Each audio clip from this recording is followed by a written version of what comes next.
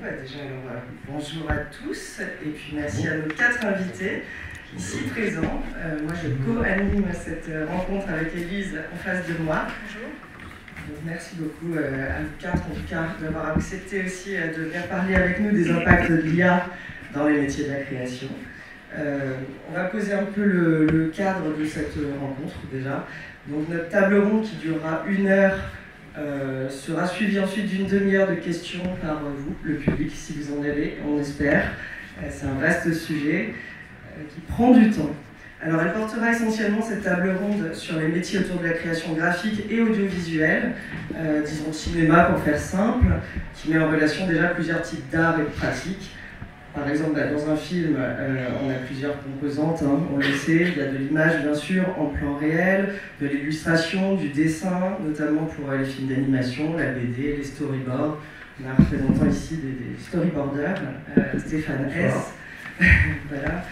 Je vous expliquera ce que c'est. Dans un film, on a également des éléments textuels, évidemment de narration, avec de l'écriture cinématographique, du scénario, des dialogues, des sous-titres. On a également de la musique, bien entendu, donc du son. Mais on laissera un petit peu ce volet-là concernant l'IA un peu de côté, parce que là, on n'a pas de représentant de la musique, et puis c'est un très très vaste sujet, l'IA et la musique, qui existe depuis de encore plus nombreuses années que ce qui est visuel et textuel. Et puis on est évidemment dans un film de l'imagination originale et de l'intelligence humaine. Mais aujourd'hui, alors ce qui nous intéresse, c'est quoi? C'est l'IA.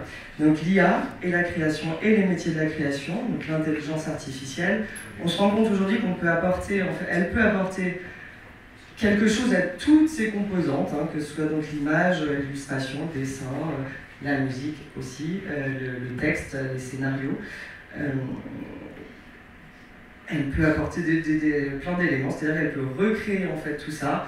Elle peut aussi les inventer, les scénarios notamment, ou les images, toujours, à l'aide d'outils de plus en plus démocratisés, que tout le monde peut désormais utiliser, en apprenant assez facilement à les manier, notamment par des prompts, et ça on verra ça peut-être avec vous, et même c'est sûr, je pense.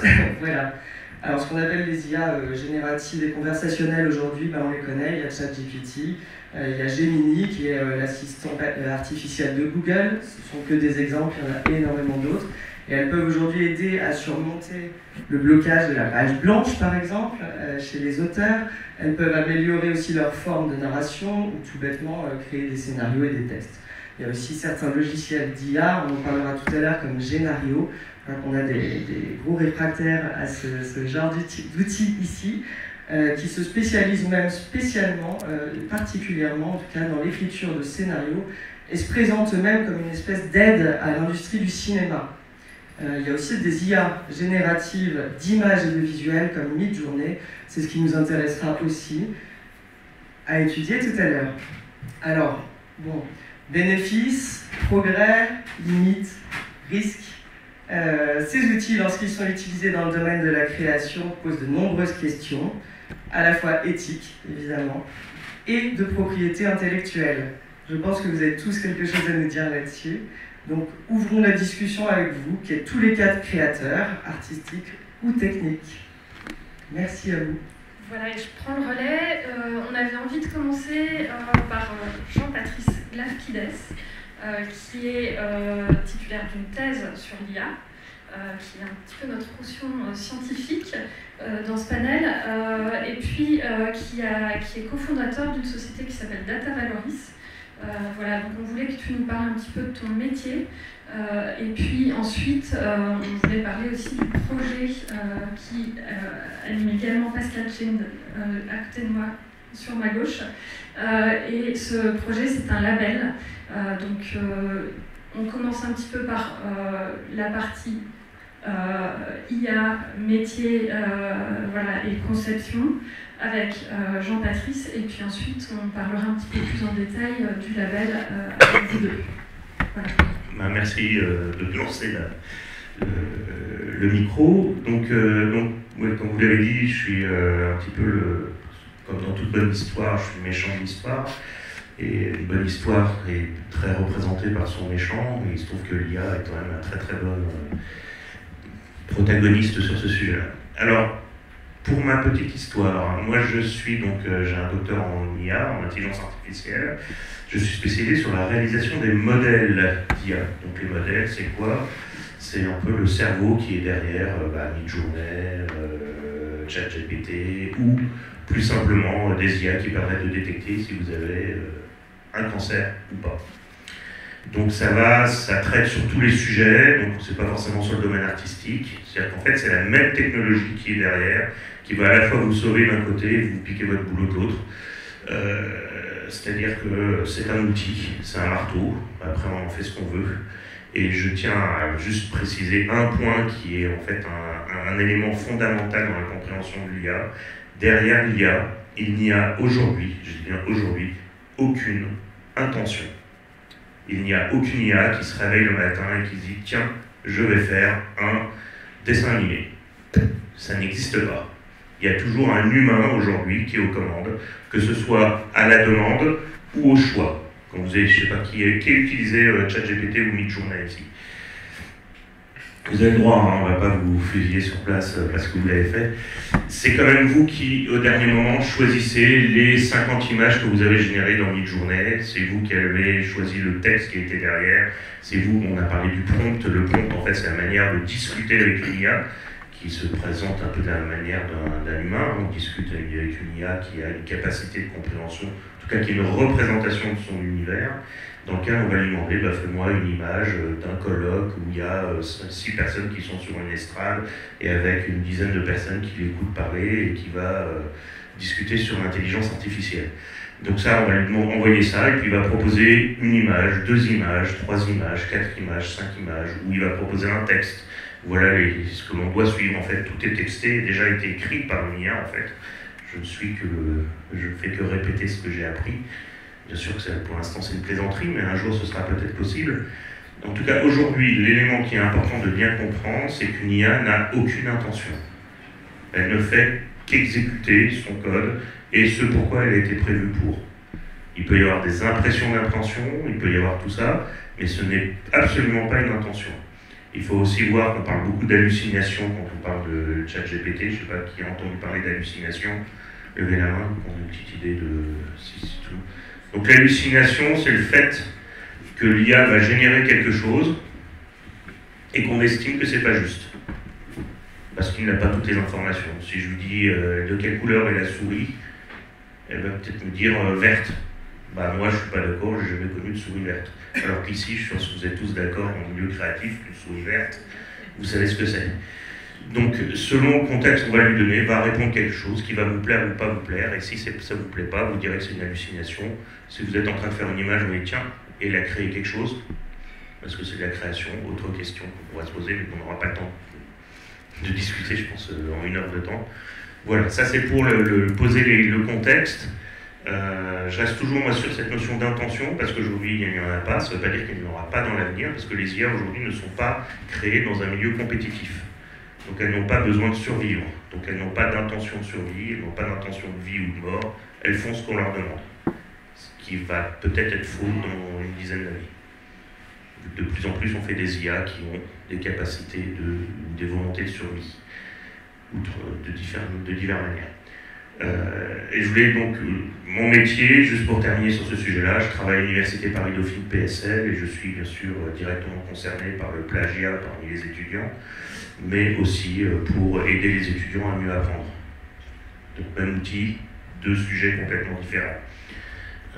Et je laisserai à Pascal la main sur la partie de label, j'ai rejoint je fais partie de l'équipe ou du collectif Fabrication humaine qui a pour vocation d'informer les lecteurs ou les personnes qui ont accès aux œuvres artistiques pour savoir si ça a été initié, créé par une IA ou pas.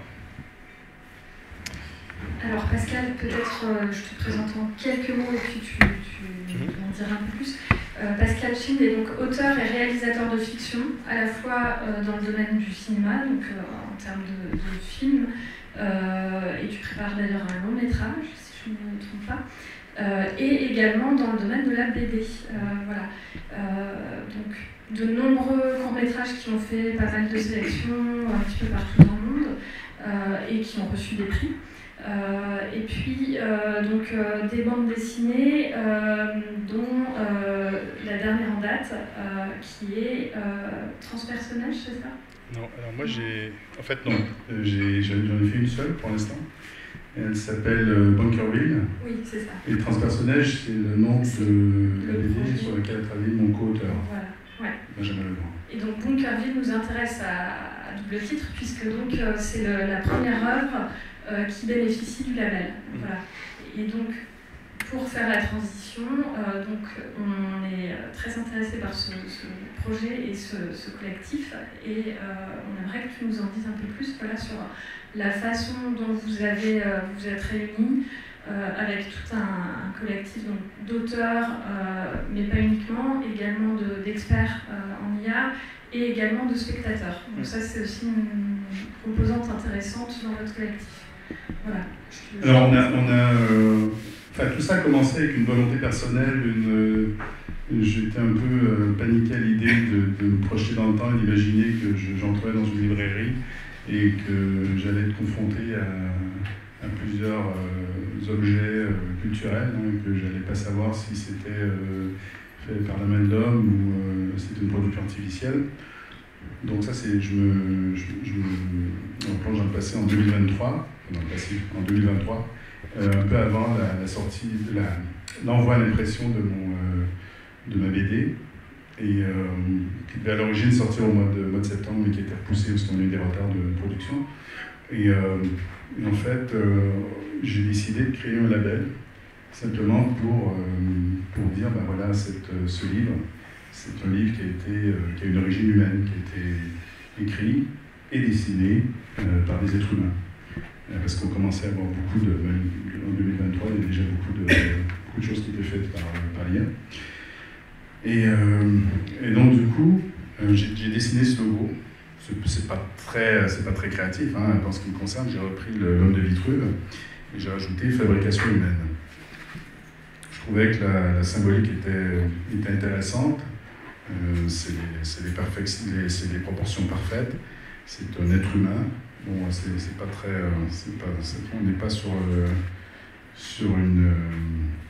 un dessin qui est très équitable, homme-femme, mais bon, on parle d'un dessin qui existe quand même depuis quelques centaines d'années.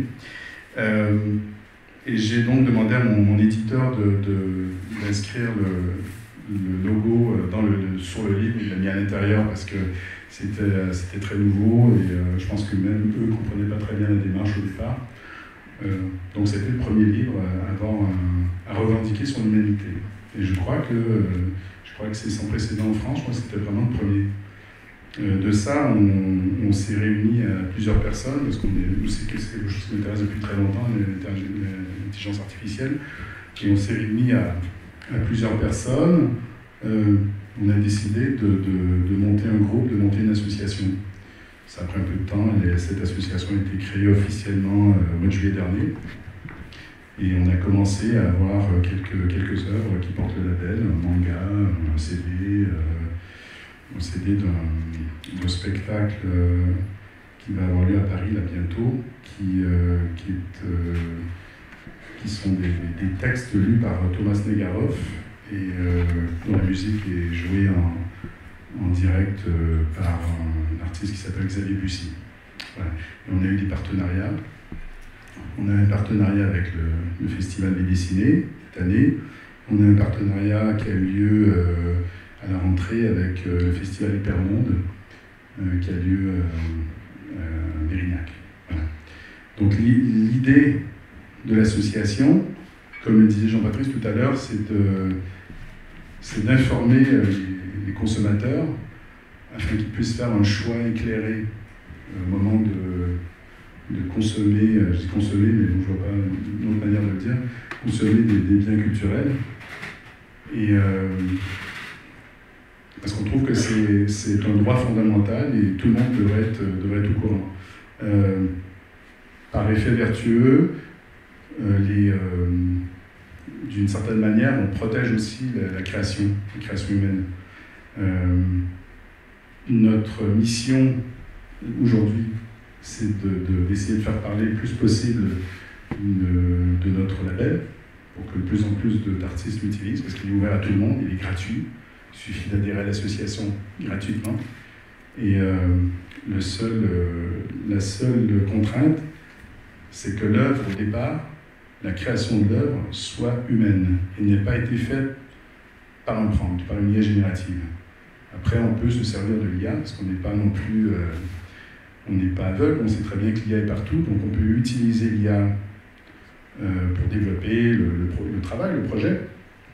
Mais à la base, ça doit être une création humaine. Et l'idée maintenant, c'est de faire un peu le tour, faire des tables rondes, aller dans des écoles, publier sur ces questions-là pour essayer de faire prendre conscience aux gens de l'importance de l'œuvre d'origine humaine. Parce que si on ne porte pas attention, c'est très insidieux, ça va aller très vite. Et c'est aussi un peu, voilà, l'idée de départ, c'est de donner une visibilité à ces œuvres, de même manière qu'aujourd'hui, sur Instagram, par exemple, on a sans arrêt cette petite mention créée avec l'IA. Donc là, c'est un peu le contrepoint de ça, de donner une visibilité aux œuvres qui ne le sont pas. Oui, alors, ce n'est pas de l'IA, pour nous, c'est un côté un peu négatif. On préfère, c'est de l'humain. C'est quelque chose de plus positif. Alors ça, c'est ce qu'on trouve particulièrement intéressant dans le projet du label, c'est que c'est pas une position contre, et c'est ça qui est intéressant, c'est que vous avez plutôt envie de promouvoir quelque chose et non pas de vous opposer. Voilà. En fait, on n'est pas contre l'IA, on est pour l'humain. C'est un peu notre slogan. Parce que de toute façon, l'idée, c'est pas de cliver avec un projet comme celui-là, ce serait ridicule, et l'IA est partout, elle va rester. Et si on est très logique, vaut mieux qu'on soit en avance sur l'IA et qu'on la développe, plutôt qu'on reste un peu au bord de la route et que d'autres le fassent à notre place. Je parle de niveau macro. Moi, je voulais juste rajouter un point, parce qu'on parlait tout à l'heure sur Insta, le fait fabriqué par l'IA. Il faut bien comprendre que le fait qu'ils mettent fabriqué par l'IA, ça ne veut pas dire que les autres ne sont pas aussi fabriqués par l'IA. Donc c'est fabriqué par de l'IA d'Instagram. C'est là où il commence à y avoir déviation sur l'idée principale. C'est pour ça que l'idée du label fabrication humaine, c'est vraiment de dire, moi je suis un auteur, je fais une relation de confiance avec la personne qui va me lire, me regarder, etc., regarder mes œuvres. Et donc là, on est dans la relation de confiance. On cherche cette notion de confiance et de faire en sorte que moi, en tant qu'artiste, je puisse apposer le logo sur les œuvres que je considère comme étant nécessitant ou pouvant utiliser le label. Je peux très bien après faire une œuvre complètement avec de l'IA à part entière sans mettre le label. Il n'y a pas d'obligation à l'utiliser, mais c'est juste, voilà, c'est vraiment une notion de relation de confiance, d'engagement vis-à-vis de mon public. Alors, je vais juste préciser un truc, le label est déclaratif. C'est-à-dire la responsabilité du label repose sur les épaules de celui qui l'utilise. Donc cette relation de confiance qu'il y a entre l'artiste et celui qui reçoit l'œuvre, c'est quelque chose qui est précieux et on n'a pas du tout vocation à se glisser entre les deux. On n'est pas là pour fliquer, on n'est pas là pour balancer. C'est un label qui est plus une revendication, comme je le disais tout à l'heure, de son humanité. C'est pas une charte de qualité 9000 ISO, 9000 je sais pas quoi. C'est vraiment, ça reste très simple. C'est l'idée derrière qui est importante. Je crois que dans les critères d'adhésion à l'association, il y a notamment l'idée de ne pas utiliser de prompt. Vous me confirmez Ouais. Alors, au sujet de la charte, si vous souhaitez la consulter, vous pourrez la consulter après la table ronde, puisque nous l'avons imprimée. Donc voilà, n'hésitez pas à venir nous demander des documents par la suite. Je voudrais juste ajouter, vu qu'on termine sur la fabrication humaine, on est ouvert à toutes les adhésions sont gratuites dans l'association, évidemment pour les artistes, l'utilisation du label aussi. N'hésitez pas à nous rejoindre, c'est fabricationhumaine.org, et plus on est nombreux dans l'association, parce que c'est ça un peu l'idée de faire tout gratuit, c'est que ça permet d'augmenter la taille de l'association, et plus on aura de facilité à faire entendre notre voix. Voilà. On va continuer peut-être avec les autres intervenants. Ouais, on va peut-être parler avec toi, Alban, donc Alban Ravassar. Tu es à la fois auteur, réalisateur, tu donnes des cours aussi, tu enseignes la réalisation, l'écriture de scénarios dans différentes écoles et l'art du pitch aussi, je crois. Ta formation artistique et tu enseignes notamment au 3IS, à l'ESSEC et d'autres écoles de cinéma. Peut-être tu peux nous en dire un petit peu plus, mais je crois aussi que tu es très engagé pour la défense des métiers artistiques et de l'écriture et que tu as fondé en 2019, je crois, c'est ça ? C'est ça. Ouais, la Fédération des associés des métiers du scénario qui contribue à la représentation et à la reconnaissance de ces métiers-là et de la profession. Est-ce que tu peux nous en dire un petit peu plus là-dessus? Et puis, qu'est-ce que tu penses de tout ça, justement, c'est-à-dire de l'utilisation de l'IA aussi par les scénaristes aujourd'hui? Et peut-être nous parler un peu avant ça de ta fédération et du syndicat. J'espère que vous avez le temps, du coup, parce qu'il y a beaucoup de choses à dire. Bonjour, oui, tu l'as très bien résumé, ce que je fais. La Fédération des associations des métiers du scénario, en fait, c'est un regroupement d'organisations d'auteurs qui sont implantées partout en France, sur tout le territoire national, y compris les dom-tom. Et l'idée, c'était justement, quand tu parlais de porter la voix, Pascal, c'était justement de se fédérer en tant qu'auteur, d'échanger des informations entre nous et de pouvoir porter notre voix collectivement au niveau national. Sur les préoccupations qu'on pouvait rencontrer dans l'exercice de nos métiers. Mais comme je l'évoquais un peu avec vous avant, c'est-à-dire que ça restait un peu du soft power, du lobbying, qui avait peu de résultats dans le sens où on allait beaucoup en table ronde, on faisait beaucoup d'interventions en festival, on était quand même écoutés, on était subventionné par le CNC, donc on avait quand même une écoute attentive à la fois des institutions, du ministère de la Culture, mais c'était une écoute attentive qui n'avait pas d'effet derrière, parce qu'en fait c'était ok, super, maintenant on fait ce qu'on veut. Ça reste un petit peu le souci, et du coup, comme on était confrontés à ça, on était beaucoup d'auteurs très impliqués à être confrontés à ça, on s'est regroupés pendant 2 ans, chaque semaine, à discuter de la création d'un syndicat de scénaristes, qui s'appelle le syndicat des scénaristes, parce qu'on a fait très original, mais au moins ça a le mérite d'être clair, et qui, lui, milite, du coup, politiquement et juridiquement à la défense et à la représentation des auteurs et de leurs préoccupations qui commencent déjà de base par la rémunération. C'est aussi lié aux questions d'IA indirectement. Voilà, qu'est-ce que je peux te dire d'autre sur mon rapport à l'IA? Alors moi, je ne l'utilise pas du tout, je ne l'ai jamais utilisé. Tu n'as jamais testé? Je ne l'ai jamais testé. Mais tu as des exemples de gens autour de toi? Ah bah j'en ai plein. J'en ai plein. Moi, je ne l'ai jamais testé par principe. Non pas que je ne sois pas intéressé ou curieux, mais pour moi, c'est tester, c'est nourrir la bête, en fait. Et c'est ça qui me m'arrête. C'est-à-dire, ok, je vais tester, c'est marrant, mais en fait, je suis en train de m'entraîner à avancer. Donc c'est ça qui me posait problème. Je ne dis pas que j'y ferai jamais, que je l'utiliserai jamais.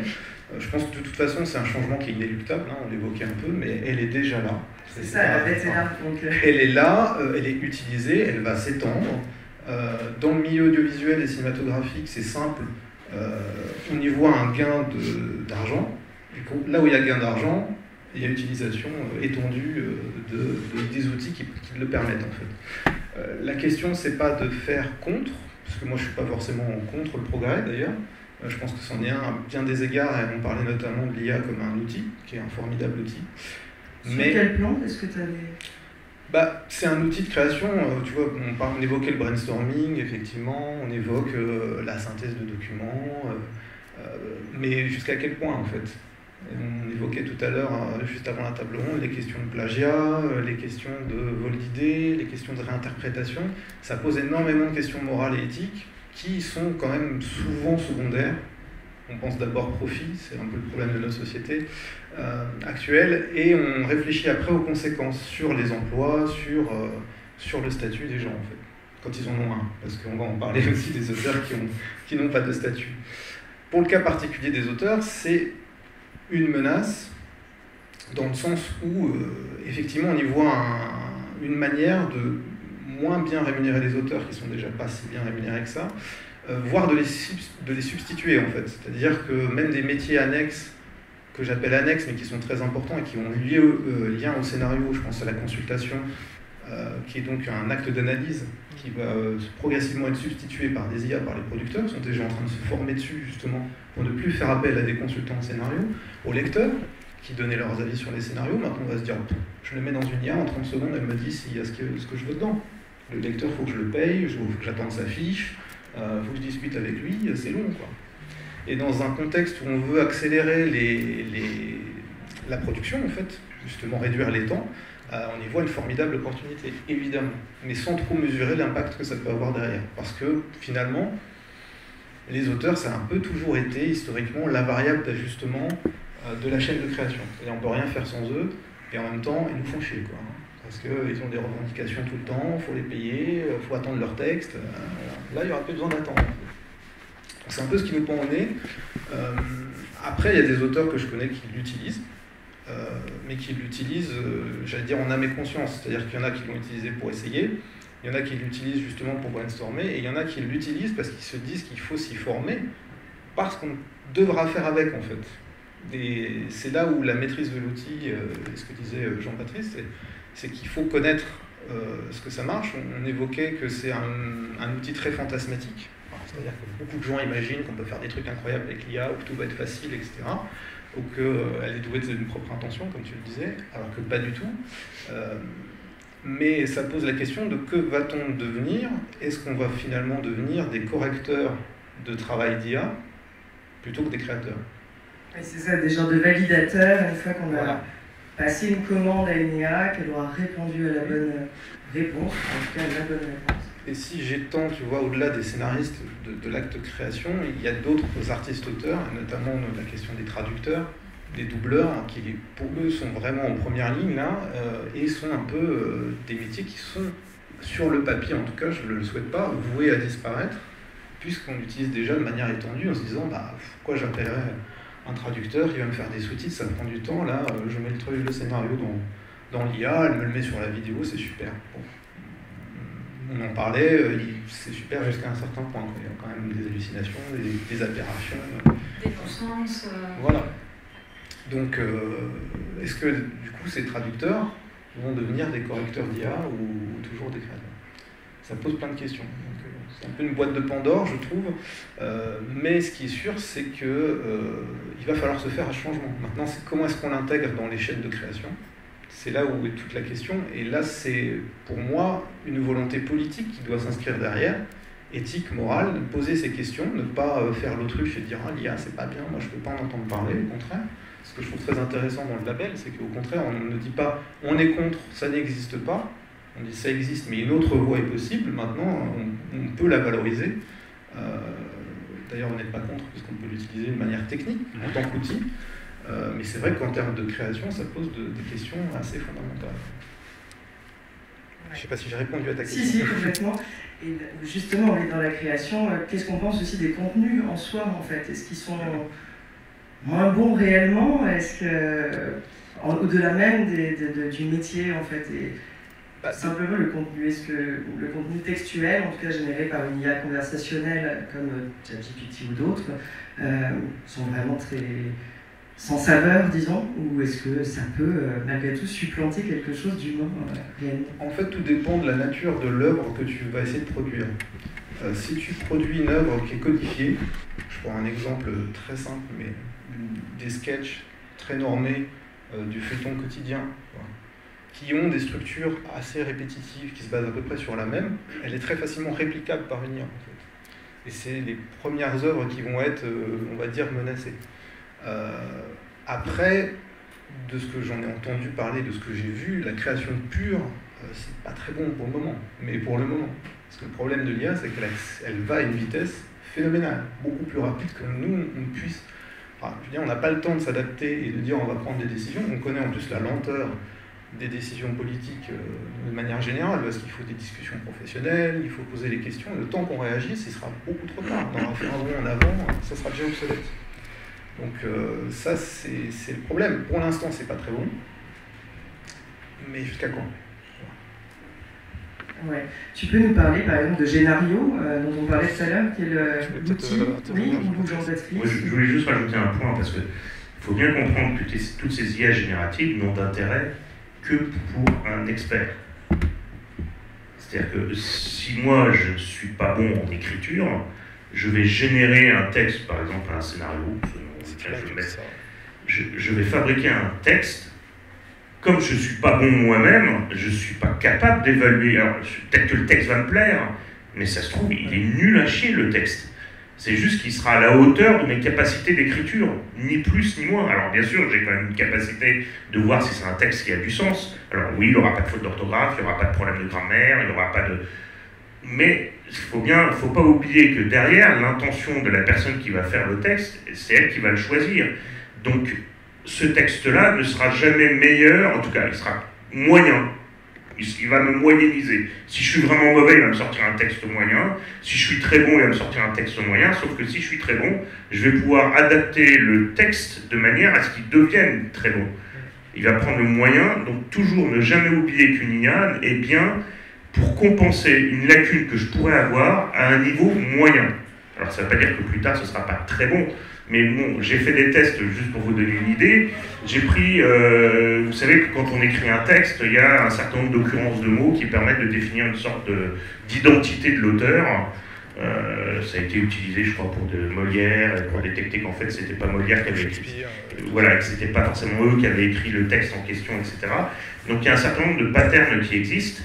Si je demande à une IA de m'écrire un poème à la manière de Baudelaire, donc un truc relativement classique, je serais bien incapable de le faire moi-même. Hein. Il m'écrit un texte à la manière de Baudelaire, je suis incapable moi-même de... Bon, j'ai l'impression que c'est du Baudelaire. J'ai fait passer un algorithme qui permet de calculer cette matrice, et ça va faire un peu peur, et ben ça avait les mêmes caractéristiques qu'un texte de Baudelaire. Parce que je lui ai donné une manière de faire qui lui a dit tu fais à la façon d'eux, donc ça revient un peu à ce que tu disais tout à l'heure, ou si c'est déjà des textes donc, qui sont assez structurés toujours un peu de la même façon, il va reprendre les mêmes schémas, parce que je l'aurais mis dans un schéma particulier. Ça ne veut pas dire que tout le monde saura le faire, mais parce que si je suis un expert de Baudelaire, je pourrais certainement l'améliorer, ou si j'étais Baudelaire, je pourrais certainement l'utiliser un peu comme un clone, et l'adapter après le texte et faire un peu mieux. Ça ne veut pas dire que les idées seront bonnes, ça ne veut pas dire que ce sera bien géré, tout ça. Mais attention, une fois de plus, l'IA n'est que le reflet de la personne qui l'utilise et ne sera jamais capable d'améliorer ce que vous... Donc, il va l'améliorer, mais pas plus que ce que vous êtes capable d'évaluer vous-même. C'est bon pour les experts. Voilà, c'était juste ce que je voulais rajouter. Et c'est super important que tu le dises. Excuse-moi, tu voulais rebondir, Léonore. Oui, c'était juste pour savoir si tu penses que là, on peut être un très très bon auteur de prompt et d'IA et que ça donnerait une très bonne œuvre. Si l'on est un très bon... Ça existe si je ne suis pas un bon auteur, un bon créatif, je ne serais pas capable de l'évaluer moi-même. Oui, donc peut-être que ça en donnerait un, mais je ne serais pas capable au moment où ça sort de le dire. Ce sera peut-être des experts, ou peut-être... voilà, alors maintenant, comme on est parfois dans des industries, on parle d'industrie cinématographique, donc il y a bien le terme industrie. Derrière, dans l'industrie, c'est de faire des choses qui plaisent au maximum de gens possible.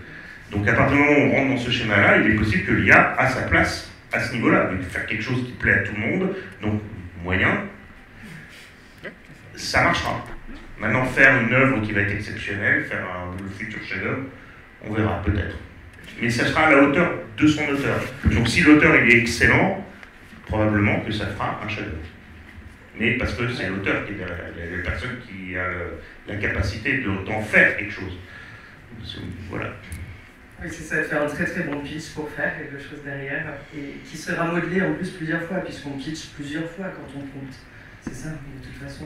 Après, la notion du prompt, c'est la manière dont on est capable de discuter avec l'IA. C'est un autre sujet, en plus il faut être un expert aussi, il faut être un expert de son sujet, un expert du prompt, un expert de ceci, un expert de cela. Si je suis tout seul à le faire, je vais faire quelque chose de moyen, qui sera peut-être des très belles images parce que je suis un graphiste à la base, mais qui aura un texte moyen, qui aura quelque chose de moyen, etc. Donc l'utilité d'être entre experts est toujours utile. Ça peut être un accélérateur par contre. Et puis j'ai une solution si tu veux tester sans les instruire. Je veux bien. Pascal, je crois que tu veux rajouter quelque chose. Oui, je voulais juste dire, cette histoire de chef-d'œuvre, ça reste quand même l'infinitésimal par rapport au reste de la production. En général, je prends toutes les formes d'art confondues. Moi, ce qui m'inquiète, c'est qu'on est presque... Et on va arriver très vite, en tout cas, à des œuvres qui sont comparables à celles que font les humains. Et qu'on va avoir de la difficulté à distinguer. Donc je pense que le problème il est aussi là, et c'est un problème d'abord d'éducation, de sensibilisation. Parce que il n'y aura pas de moyen de vérifier, de s'assurer qu'il faut se fier à la bonne foi des artistes. Et donc ça va devenir de plus en plus compliqué. Je ne parle même pas de l'information, je parle juste au niveau des créations artistiques. Donc il y a un vrai travail à faire maintenant auprès des enfants, même les plus jeunes, pour les générations qui vont venir, pour avoir une conscience de l'importance de préserver le patrimoine créatif humain. Oui, et finalement c'est un peu comme de l'artisanat ou une sorte de label fait maison, également un peu ce que tu produis avec Fabrication Humaine, qui ajoute une valeur qui ajoute une valeur réelle, originale, de fantaisie, d'imagination réellement humaine, qui change la donne. Oui, mais comment dire, si j'avais le choix, parce qu'on en était là, si on était là aujourd'hui, j'avais le choix entre, j'entre dans une librairie, je vois un beau roman là, dont on m'a dit beaucoup de bien, qui même est mieux critiqué qu'un autre roman. Si le roman il a été écrit par une IA, je pars en courant. En fait, c'est pas le discours officiel de notre groupe. Hein. Le discours officiel, c'est qu'on n'a rien contre l'IA. À titre personnel, je suis absolument totalement allergique à l'idée de consommer des produits générés par une IA. Ça ne m'intéresse pas du tout. Je parle au niveau culturel. Après, je pense qu'il y a énormément de choses intéressantes sur lesquelles on peut se tourner avec l'IA. Donc, Bien sûr, merci. Oui, on va peut-être passer un peu à Stéphane aussi, Stéphane S. Avec toi, on va parler plus peut-être de l'image, puisque toi, tu es storyboarder, notamment auteur aussi, réalisateur aussi. On a vu aussi que tu étais présent pour faire le storyboard de Else, un film qui a été présenté au Festival de l'Étrange, un très beau film, il y a 3 semaines à peu près, donc très récemment. Voilà, donc toi, qu'est-ce que tu penses de l'IA? Est-ce que tu as déjà testé aussi sur le concept vraiment d'image générée artificiellement? Midjourney ou d'autres logiciels, est-ce que tu as des exemples? Moi j'ai testé. Ouais. Alors C'est un peu laborieux. C'est long, malgré tout, c'est quand même assez long pour obtenir quelque chose qu'on a dans la tête. Comme tu disais, il faut être expert dans son domaine, on va dire. Donc moi je voulais quelque chose de précis. Et peut-être que mes prompts n'étaient pas assez précis, du coup, en tout cas, j'avais pas le langage. J'ai pas réussi à avoir ce que je voulais réellement, et j'ai trouvé beaucoup d'erreurs, beaucoup d'imprécision dans ce que je voulais. Après, je me suis dit, bon, voilà, c'est le début de quelque chose. Qu'est-ce que ça va être dans 10 ans? Parce que c'est toujours pareil, une technique, voilà, ça démarre. Dans nos poches, on a tous un téléphone, un smartphone. La première fois que j'en ai vu un en 2007, où je crois, je me disais, wow, c'est que ce truc, bon, ça va marcher, ouais, ça va marcher, ouais. On est tous connectés. Donc oui, forcément, on va avoir ça tout le temps. À présent, ça va être là tout le temps, quoi, à mon avis, l'IA. Après, moi, est-ce que je trouve ça bien ou pas bien, j'en sais rien. Moi, c'est plutôt un impact pro, on va dire, dont je vais parler. Ouais. Juste que l'éthique, c'est vaste, l'éthique aussi par rapport à ça. C'est juste que souvent sous une chaîne de production, quand on est en train de bosser avec une prod ou autre, on a ce qu'on appelle de la recherche. Donc on a une partie recherche avec le réalisateur, avec le producteur, et puis après on a vraiment l'exécution du projet, que ce soit un storyboard, des illustrations, des concept art. Et depuis quelques temps, alors moi j'ai pas encore eu la joie d'avoir ça sous le nez, mais j'ai plein de potes qui eux l'ont déjà vécu, pas toujours très bien, où en fait toute cette partie recherche et développement, on va dire, celle-là elle a été squeezée, elle a été faite par un stagiaire, qui a ramené une image toute faite, qui a dit bah voilà tiens toi, maintenant tu vas me faire ça avec ton style, mais bon, voilà, tu l'exécutes, c'est terminé. Et donc évidemment l'impact il a été à la fois personnel je pense, de se dire j'ai pas été à l'initiative de la création, puis il a été aussi financier, parce que du coup il y a une très grosse partie de ce que facturaient les personnes en question qui est disparu en fait, dans le Dumas. Donc on parlait de temps, enfin pour moi c'est le temps en fait, l'IA, c'est-à-dire on se dit aujourd'hui on peut, avec un humain derrière effectivement, mais on peut, c'est comme les salles de cinéma pour moi, avant il y avait un mec qui s'occupait de mettre les bobines, tout ça, etc. Puis aujourd'hui, moi j'ai été il n'y a pas très longtemps au cinéma, c'est quelque chose que je fais plus beaucoup, parce que j'ai plus trop le temps, malheureusement. Mais la dernière fois que j'y suis allé, j'ai cru que j'étais dans une sorte de sphère où il y avait 3 personnes qui se promenaient et qui cliquaient sur des boutons pour mettre les films en marche. C'était hyper impersonnel. Alors je parle d'une grosse salle comme le GCDL par exemple. Je me suis dit, ouais, ça fait pas rêver en fait, ça me donne pas envie. Et l'IA, c'est un peu l'image que j'en ai aujourd'hui, c'est-à-dire il va y avoir un type, un stagiaire ou autre, dont c'est la qualité première, on va dire, il fait des études d'art, il fait des études de scénario ou autre, et puis on lui dit, toi, cette semaine, tiens, tu vas me pondre 4-5 pitchs, tu me fais ça même pas dans la semaine, dans la journée, et puis on envoie ça au prod, on voit ce que ça donne, quoi. Et donc il y a tout un pan, en fait, de la recherche qui va être, on va dire, squeezé, mais je pense dans des parties très spécifiques de la production, comme vous disiez, c'est-à-dire tout ce qui va être un peu automatique. Pour moi, c'est ce que je disais tout à l'heure, c'est un peu Ikea face à des gens qui sont un peu plus artisans, on va dire. On va manger des choses faciles. Je regarde Netflix de temps en temps, ça me tombe un peu des... Voilà, je me dis, les scénarios sont tous un peu les mêmes, ils sont tous un peu filmés de la même façon. Je me dis, si finalement on laisse ça à un ordinateur, pourquoi pas, puisqu'on n'aura peut-être pas trop de différence finalement. Le produit étant déjà pas très qualitatif, peut-être même que ça va l'améliorer quelque part. Voilà. Moi, je n'ai pas été impacté pour le moment, mais oui, je vois très bien le tournant que ça prend, quoi. Donc, maintenant, effectivement, il faut dompter la bête, peut-être, pour justement la faire sienne et pouvoir aussi s'en servir. Moi, je m'en suis servi par amusement. Je travaille sur un scénario en ce moment avec un scénariste. Et pour m'amuser pendant qu'il faisait son pitch, moi j'ai été justement sur ChatGPT pour faire le pitch de ce qu'il était en train de faire. Alors c'est sûr, parce que je te disais tout à l'heure, en fait quand il a commencé à lire le début du pitch, il m'a dit « Ah oui, c'est percutant, on dirait presque une pub, ce personnage il va être très fort, okay. Bon, il va être ambitieux, etc. » Mais en fait c'est que des poncifs, et puis arriver à la fin, c'est parce que c'est moi qui l'avais écrit aussi, hein. Je pense que si la personne en question l'avait faite, ça aurait peut-être eu un peu plus de panache. Mais lui m'a dit, oui, tu vois, regarde, la première partie, c'est que de l'esbrouf. Et puis après, très vite, ça se délite, et puis ça devient quelque chose de très lambda, en fait, en termes de résolution d'histoire, quoi. Voilà. Donc, pour l'instant, on en est là, je pense. Mais ça peut être problématique pour une certaine frange, on va dire, de la production. J'allais juste dire un truc, c'est que, pour rebondir sur ce que vous avez tous dit, l'argument séduction principal de l'IA, c'est l'abolition de l'effort. C'est ça va être facile. Ouais, c'est ça. Le risque, c'est effectivement, comme vous l'évoquiez aussi, c'est la standardisation des œuvres. C'est-à-dire qu'on finalement on fait un peu tous la même chose. Et on se dit, le public, ça lui va parce que quelque part, il prend ce qu'on lui donne. Et c'est pour ça que je ne blâme pas le public. C'est facile, il l'a plus vite et il a ce qu'il veut. Et finalement, quand l'offre est toujours la même, on se contente de ce qu'on a en fait. On ne va pas chercher en dehors.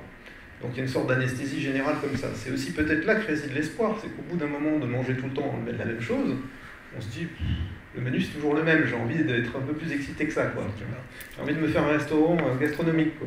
Il faut le faire, mais avant que les créateurs soient disparus. Bien sûr, c'est tout l'enjeu, c'est la vitesse de la chose. Mais ça c'est le gros risque, c'est la normativité de tout, et qu'au final, le public qui est quand même le récipiendaire final se dise, finalement c'est pas si mal, moi ça va plus vite, je fais mon truc, puis ce que je veux c'est juste me divertir, facile, sans faire d'efforts non plus. Et c'est ça aussi, c'est niveler par le bas un peu la création. C'est la partie moi qui m'angoisse le plus, parce que quand tu regardes ce que les gens regardent, ce que les gens mangent, tu dis c'est pas gagné. Et le pire c'est qu'ils te disent eux-mêmes, c'est pas ouf. C'est vrai que c'est pas bon, mais c'est facile. Je le mets et je le regarde sans le regarder, et puis c'est cool. Oui, c'est leur usage. C'est le mythe de la ménagère de moins de 50 ans, il y a une trentaine, une quarantaine d'années, on disait on te donne de l'image, pendant que tu prends ce temps-là, tu pourras faire la cuisine, repasser, etc. Puis c'est pas grave si tu loupes une partie, parce que on va te le répéter dans l'épisode d'après, donc pas grave, même si tu as oublié la moitié de ce qui s'est passé là, tu as les personnages, c'est bien, tu les retrouves dans le deuxième épisode, puis ainsi de suite, quoi. C'est un peu ça quand même. Parfois, et ça conditionne déjà la création aujourd'hui. C'est-à-dire que quand tu écris un unitaire pour la télé, le producteur te dit mais là t'as pas dit 3 fois l'info. Et j'ai pas besoin de le faire, tu vois. Si, parce qu'en fait, tu vois, les gens, ils vont manger en même temps, ils vont pas écouter, ils vont aller pisser, ils vont aller chercher un truc dans le frigo, alors il faut leur redire. Ouais, mais bon, au bout d'un moment... Ils auront oublié. Ouais. On crée un usage aussi pervers de l'œuvre elle-même, tu vois. C'est-à-dire que si on n'oppose pas un peu de résistance, il faut que tu t'y intéresses quand même, bah, ça devient juste un bruit de fond, quoi. En fait, moi je pense que l'espoir va venir du spectre plus large, en fait, quand on va sortir de la culture. Enfin, ce qui nous concerne, on est vachement dans la culture, hein. Mais les impacts de l'IA vont être tellement immenses et ravageurs que si on se met pas tout de suite à essayer de penser l'avenir et de trouver des solutions, on va se retrouver dans une situation catastrophique. Toi, tu risques de faire partie des premiers. C'est clair. D'ailleurs, je pense que le storyboard, tu vas peut-être passer un peu à autre chose. Oui, je commence déjà à passer à autre chose. Donc on a un exemple concret du ravage que fait l'IA, quoi. C'est fou. Oui, moi je suis déjà passé, je change de modèle de storyboard, je passe plutôt au storyboard animé maintenant. Et puis même globalement, aujourd'hui, ça fait déjà longtemps, hein, mais maintenant c'est devenu très facile d'accès, tout ce qui est prévisualisation. Bon, bah, il n'y a pas besoin de... Alors que pourtant, moi j'ai vécu, tu vois, avec Else, ce qui était très bien, c'était de vivre le découpage du film avec le metteur en scène et de pouvoir lui proposer des choses et qu'il rebondisse dessus. Et puis il y avait un rapport humain aussi, il me parlait de ce qu'il avait dans la tête, de ce qu'il voulait, etc. Donc ça disparaît tout de suite. C'est plus là, c'est plus dans l'équation. C'est vraiment du pur SMS presque. Et cette partie-là, elle disparaît. Alors, est-ce que c'était vraiment une plus-value ou pas? C'est ça en fait la question que je pose toujours. Je me dis, finalement, on a tous ces rapports humains qui disparaissent de plus en plus. Je viens de voir une pub pour Meta avec les caisses virtuelles. La pub te vend quand même qu'il y a plein de gens autour de toi, mais qu'il vaut mieux que tu regardes ton casque plutôt que d'attendre ton tour et de discuter qu'une personne que tu ne connais pas à côté. Je trouve que c'est super comme pub. Et puis bientôt, tu vas pouvoir regarder tes propres films, écouter tes propres podcasts, ça existe déjà, ça. C'est un truc de fou. Ah, c'est un truc de fou. Donc oui, donc obligé de changer d'axe, jusqu'à temps qu'on ne puisse plus changer d'axe, parce que on sera fermé, quoi. Il faudra vraiment faire autre chose. Quoi? Je sais pas, on verra. Comment tu fais pour changer d'axe, justement? Comment on avance avec l'IA et vos métiers, notamment toi aussi, Alban, en scénariste? Il apprend grâce aux IA, en fait. Exactement. Excellent. Je vais me former qu'une... Non, mais c'est une vraie question, parce que moi j'ai un fils de 7 ans et demi, je me pose la question, mais quand il va décider de se spécialiser dans ses études, et ça va être l'enfer. Mais qu'est-ce qu'on va le pousser? Enfin, il va décider ce qu'il veut faire, mais on va l'encourager. Mais je veux dire, il y a beaucoup de métiers qui vont être amenés à disparaître d'ici 10-15 ans. Alors, moi, je voulais juste apporter une petite note par rapport à ça. Dans le milieu du cinéma, on s'est posé beaucoup de questions au moment du passage au numérique. Tu parlais du métier des projectionnistes tout à l'heure. En fait, il y a un retour actuellement vers la pellicule et il y a un renouveau en fait, de ces métiers-là. Et on est en train de se rendre compte qu'effectivement, il y a eu un manquement dans les formations, mais il y a un besoin qui renaît grâce à des auteurs comme Quentin Tarantino, enfin voilà, des réalisateurs qui veulent de nouveau. Voilà, alors c'est une infime partie de la création, mais il y a un retour actuellement à ça. Et donc, j'ose espérer que dans vos métiers, ça ne sera pas une disparition, enfin voilà, que ça deviendra un outil de la même manière que le numérique, mais... Heureusement, la nostalgie existe déjà. C'est ça. Non, mais c'est vrai. Tu vois que de manière récurrente reviennent les anciennes décennies. Tu vois, tu as le moment années 80, le moment années 90, le moment années 2000. Alors, ça, je dirais que c'est pas uniquement de la nostalgie, mais peut-être aussi un peu des besoins créatifs qui ne sont pas comblés par les outils numériques. Aussi, ouais. Ouais. Et puis pour répondre à ce que tu me demandais sur comment on va réagir par rapport à ça, une des perspectives pour les auteurs, nous au syndicat on en discute beaucoup, c'est affirmer sa singularité d'auteur.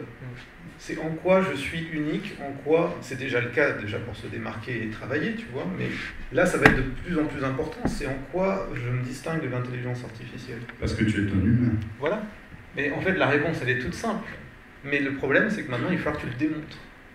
Tu devais déjà le faire, mais là tu vas devoir le faire encore plus excessivement. Je te propose le logo fabrication humaine. Oui, déjà, de base, et puis surtout l'effet pervers de ça, ça va être concessions de rémunération, en fait. C'est-à-dire, ok, bah, je vais le faire moins cher. Et de toute façon, on va te dire, fais-le moins cher, parce que tu vois, toute cette partie, l'IA peut le faire à ta place. C'est déjà ça. Et c'est ça le vrai enjeu, en fait. C'est comment est-ce qu'on va pérenniser un système, quand même, un écosystème important de rémunération, de création, en présence de ces outils qui sont, soi-disant, qui font miroiter que c'est moins cher, plus rapide, et que, comme tu le disais, notamment sur les boucles sur Génario, qui donne l'illusion que tout le monde peut devenir scénariste. Il suffit de rentrer un prompt dans une IA, quoi, ou un texte, et puis c'est bon, ça va te transformer ça en or. Heureusement, tu nous as dit que non, mais pour l'instant. Mais la dérive par rapport à Génario, déjà, c'est une start-up française qui n'est pas un logiciel source, il utilise déjà des ressources d'IA comme le ChatGPT, etc., pour te dire, ouais, on va faire de toi un scénariste, où on va dire au producteur, t'inquiète, ça va être beaucoup plus simple de trier les scénarios, t'en reçois plein. Tu mets tout dans l'IA, elle va te dire lesquels sont bons ou correspondent à ce que tu attends, parce que tu vas mettre des critères, et voilà. Le risque qu'il représente au niveau de l'écosystème actuellement, c'est qu'il négocie un accord avec la SACD, qui est l'organisme de gestion collective des droits d'auteur, c'est-à-dire qui perçoit nos droits d'auteur et qui nous les reverse. Et en soi, bah, pourquoi pas négocier un accord de rémunération, c'est-à-dire quand l'IA est utilisée, on prend un pourcentage du chiffre d'affaires de Génario pour le reverser aux auteurs. Mais comment tu quantifies, déjà? Et puis surtout, c'est la porte ouverte à n'importe quoi. C'est-à-dire, on vous donne un petit morceau du gâteau, qui bien sûr sera petit, hein, sur lequel seront prélevées des taxes, etc. Et puis en contrepartie, on fait ce qu'on veut de vos œuvres. On entraîne les IA, on les utilise pour faire autre chose, et puis vous n'avez pas votre mot à dire, parce que de toute façon, vous avez une compensation financière. Donc, quel est le problème? Et c'était déjà un peu le cas avec la copie privée, c'est le même modèle, mais ça ouvre une porte, notamment aux géants de l'IA, qui eux veulent appuyer sur les directives européennes qui essaient justement de normer les usages, on va dire, de baliser. Ils font pression pour pas que ça arrive, parce que de toute manière, aujourd'hui, la seule manière de s'y opposer, il y a des clauses de opt-out, c'est-à-dire d'opposition à ce que ton œuvre serve à l'entraînement des IA. Mais dans les faits, comment est-ce que ça marche? Comment est-ce que tu peux prouver que l'IA l'a pas déjà ingéré? Si elle l'a déjà ingéré avant, comment tu dis, ah ben non, il faut que tu le supprimes de tes bases de données? De toute façon, il n'y a aucune transparence. Actuellement, rien n'oblige les bases de données d'IA de te dire, les œuvres qui sont dedans, c'est telle liste. Donc, tu fais comment? Concrètement, tu n'as aucun moyen de te battre contre ça. Donc, l'accord SACD Génario, c'est... Leur argument principal, c'est de dire, ah ben oui, mais nous, regardez, comme on est français, en plus, on fait un accord, et puis vous allez pouvoir avoir cet accord de base pour négocier avec les géants de l'IA. Mais enfin, on l'a vu avec la presse, ils en ont rien à foutre. Enfin, ils s'en foutent complètement. Leur intérêt n'est pas là. Ils signeront n'importe quoi, ils donneront 0,1% de leur chiffre d'affaires, puis ils font ce qu'ils veulent. Donc il y a un vrai danger à ce niveau-là, et c'est là où il faut se fédérer et politiquement aller vers les représentations qui sont... Enfin, les institutions qui sont censées nous représenter et nous défendre, hein, le ministère de la Culture, le CNC, dire ça n'est pas possible, il faut ouvrir des dialogues interprofessionnels. Donc je boucle encore, on sait qu'ils sont très lents et qu'ils ne seront pas dans la bonne dynamique, mais au moins ils auront peut-être le mérite d'exister. Mais on doit se rassembler, on doit être beaucoup, on doit peser. Sinon les législateurs, ils n'en ont rien à foutre de nous, clairement. Il faut avoir des idées, il faut peser. Et ça pose la question de la représentativité, je l'évoquais avec Léonore tout à l'heure, c'est-à-dire aujourd'hui en France, le ministère de la Culture décide à sa discrétion qui est représentatif ou pas. Ça c'est le vrai problème. Il n'y a aucun critère de représentativité clair des organisations professionnelles, que ce soit d'auteurs ou autres. Ce qui fait qu'ils siègent autour de la table les gens qui les arrangent. Ceux avec qui le dialogue va être facile, parce qu'ils ne vont pas faire chier, revenir se battre pour une rémunération, machin, etc. À partir du moment où on aurait des représentations claires, on pourrait avoir un dialogue sain, et là pourraient naître des choses. L'idée, c'est pas d'être tout le temps en opposition, c'est de trouver des solutions ensemble. Mais on a beau opposer ça, il nous faut des critères de représentation globale, on nous dit oui, non mais bon, c'est bon, on est déjà en train de discuter, on va pas tout reprendre à zéro, ça va prendre déjà des années. Oui, mais en fait, si à la base on assainissait tout ça, peut-être qu'on pourrait avancer, quoi. Il faut basculer au niveau national et au niveau européen et mondial. Les gens qui décident font tout pour écarter ceux qui veulent mettre des bâtons dans les roues. Bien sûr. Parce qu'il y a une volonté, il y a une course à l'IA, il y a une course à son développement. Il y a énormément d'argent qui est en jeu. Donc le seul et unique moyen, en tout cas nous c'est comme ça qu'on imagine fabrication humaine, le seul et unique moyen de lutter, c'est de mettre l'être humain au cœur de l'équation et d'essayer de rassembler pour avoir un maximum de personnes, des masses populaires qui indiquent leurs intentions. Elles n'ont pas envie nécessairement de se farcir de l'IA partout, tout le temps. Les pubs, la télé, la radio, la musique, j'en sais, qu'est-ce que je sais encore, les BD, la littérature, tout va être ouvert à l'IA. Donc si on se met tous ensemble et tous ensemble, collectivement, on dit non. Alors maintenant, il faut savoir comment récupérer la parole de tout le monde et la transformer en quelque chose de concret pour que ça pèse. Mais j'imagine qu'à terme, ça pourra avoir des résultats. J'espère. Puis il y a un effet de nouveauté, comme tu dis, c'est-à-dire que pour l'instant c'est super excitant, tout le monde est content, piano sur son truc, tout est beaucoup plus facile, mais ça a ses limites aussi dans le temps, comme tu dis. On le met volontairement, ou on est dans le déni assez convenable, on ne se projette pas vers l'avenir de ce que ça peut devenir. Oui, il ne faut pas faire non plus l'erreur d'être trop alarmiste. Oui, non, en fait l'idée c'est que tout évolue, donc il faut évoluer aussi dans le même sens, mais il ne faut pas oublier l'essentiel, quoi. C'est surtout ça. Je vais me dire quelque chose de pas très contraire. J'ai compris. Je ne sais pas où on en est niveau temps. Non, je pense qu'on a atteint les limites, mais... Moi, je voulais juste ajouter un point, parce que c'est ce qui est intéressant dans toutes les discussions. Alors, je n'ai pas beaucoup parlé à la fin, parce qu'en fait, on ne parlait pas plus vraiment d'IA, on utilisait le terme, hein, mais on parle de problèmes humains. Donc là, on est sur de la problématique humaine, comment on s'organise, comment on gère. La seule différence, où je vais revenir à un point sur l'IA, c'est que là où avant, il y avait un changement qui touchait une profession, tous les autres en avaient rien à faire, et on laissait la profession péricliter ou pas, ou on essayait de mettre des subventions pour que les filières textiles dans le Nord continuent de vivre alors que plus personne n'achetait de textile français. Donc après, les plans stratégiques ont été mis en place. Là, la seule différence, c'est que ça va toucher tout le monde, tous les métiers. Donc on est dans une phase aujourd'hui de transformation. C'est-à-dire qu'on sait où on en est, on commence à percevoir ce qui va en être, mais on n'en a aucune idée. On ne sait pas comment ça va se terminer, on ne sait pas si ça va se terminer, mais même l'IA elle-même, hein. L'IA aujourd'hui, c'est de l'IA d'amateurs.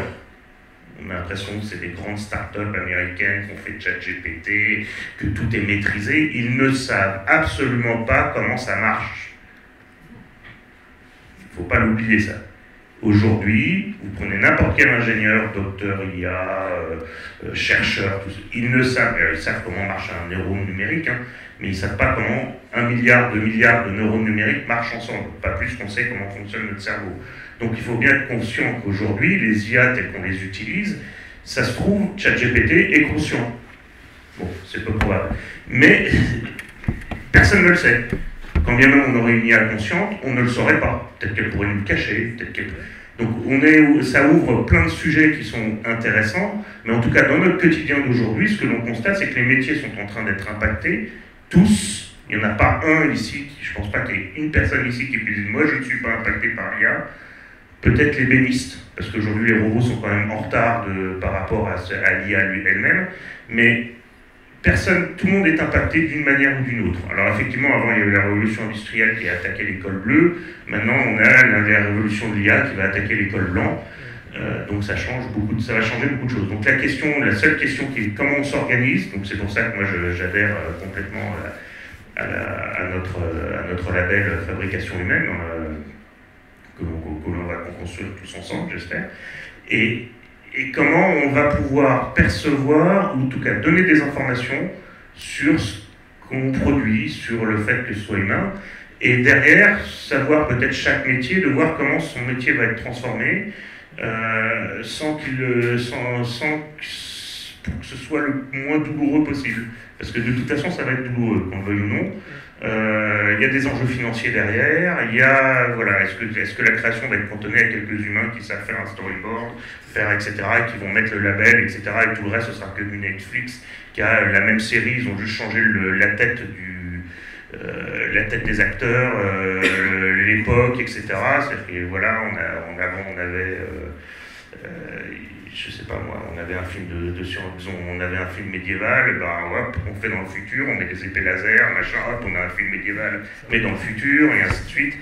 Donc avant, c'était une idée humaine, et maintenant, j'aime bien prendre cette référence, parce que je pense que tout le monde a compris la référence, mais qui était humaine, maintenant ça va être la même chose, mais le fait de répliquer de manière complètement automatique.